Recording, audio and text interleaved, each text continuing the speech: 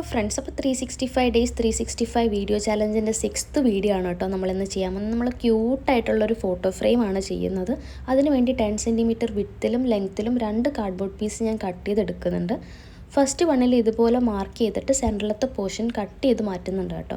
അതിനുശേഷം ഞാനൊരു പേപ്പറിൽ ഗ്ലൂ തേച്ചിട്ട് ഒട്ടിച്ചു കൊടുക്കുകയാണ്. എന്നിട്ട് സെൻറ്ററിലത്തെ പോർഷൻ ഇതുപോലെ കട്ട് ചെയ്യുക, എന്നിട്ട് ഉള്ളിലോട്ട് ഒട്ടിച്ചു കൊടുക്കുക കേട്ടോ. അപ്പോൾ 4 സൈഡും ഉള്ളിലോട്ട് ഒട്ടിച്ചു കൊടുക്കുക. അതുപോലെ തന്നെ അതിൻ്റെ എഡ്ജ് വരുന്നതും നമുക്ക് ഇതിൻ്റെ അകത്ത് ഉള്ളിലോട്ട് ഒട്ടിച്ചു കൊടുക്കുക, 4 സൈഡും ഒട്ടിച്ചു കൊടുക്കുക. അതിനുശേഷം ഇതുപോലൊരു ഫ്രെയിം ആയിരിക്കും നമുക്ക് കിട്ടുക. അപ്പോൾ നമ്മൾ രണ്ടാമത് മാറ്റി വെച്ച ആ കാർഡ്ബോർഡ് ബോക്സ് ഇതിൻ്റെ പുറത്ത് നമ്മൾ ഇങ്ങനെ ആയിരിക്കും ഒട്ടിച്ചു കൊടുക്കുക കേട്ടോ. അപ്പോൾ കാർഡ്ബോർഡിൻ്റെ എഡ്ജസ് കാണാതിരിക്കാൻ വേണ്ടിയിട്ട് ഞാൻ വാഷി ടേപ്പ് വെച്ച് കവർ ചെയ്ത് കൊടുക്കുന്നുണ്ട്. അതിനുശേഷം ഡബിൾ സൈഡ് ടേപ്പ് വെച്ചിട്ടാണ് കേട്ടോ ഒട്ടിച്ചു കൊടുക്കുക. അപ്പോൾ 3 സൈഡ് മാത്രമേ നമ്മൾ ഒട്ടിക്കുന്നുള്ളൂ, മുകളിലുള്ള സൈഡ് നമ്മൾ ഒട്ടിക്കുന്നില്ല. ആ സൈഡിൽ കൂടെയാണ് നമ്മൾ ഫോട്ടോ ഇൻസേർട്ട് ചെയ്ത് കൊടുക്കുന്നത്. അപ്പോൾ നമ്മളത് ഒട്ടിച്ചെടുക്കുക. ഞാനൊരു പേപ്പറിൽ കുറച്ച് ഫോട്ടോസ് കൊളാഷ് ആക്കി എടുത്തിട്ടുണ്ട്. ഇത് ഇത്രയും സിമ്പിളായിട്ട് നിങ്ങൾക്ക് ഇൻസേർട്ട് ചെയ്ത് കൊടുക്കാൻ പറ്റും കേട്ടോ.